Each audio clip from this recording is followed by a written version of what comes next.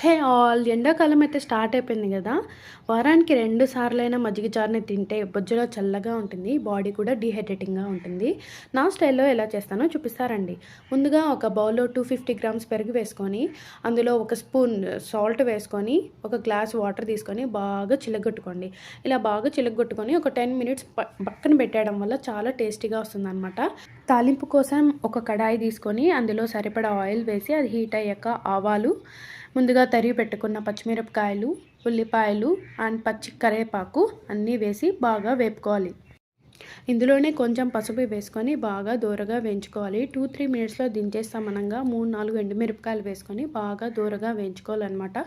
Salt already వేసాం కాబట్టి మళ్ళీ వేయాల్సిన అవసరం లేదు. అంతే, మన పోపు అయితే రెడీ అయిపోయింది. దీన్ని డైరెక్ట్‌గా తీసుకొని ఆల్రెడీ సిద్ధంగా ఉన్న మజ్జిగలో కలుపుకొనేసేయాలి. ఇంకా లాస్ట్‌లో కొంచెం కొత్తిమీరతో గార్నిష్ చేసుకొని కొంచెం అన్నంలో చాలా మజ్జిగ వేసుకొని తింటే చాలా బాగుంటుంది, టేస్టీగా ఉంటుంది. మీకు ఈ వీడియో నచ్చితే like, share and subscribe and try చేసి ఎలా వచ్చిందో నాకు చెప్పండి. బాయ్.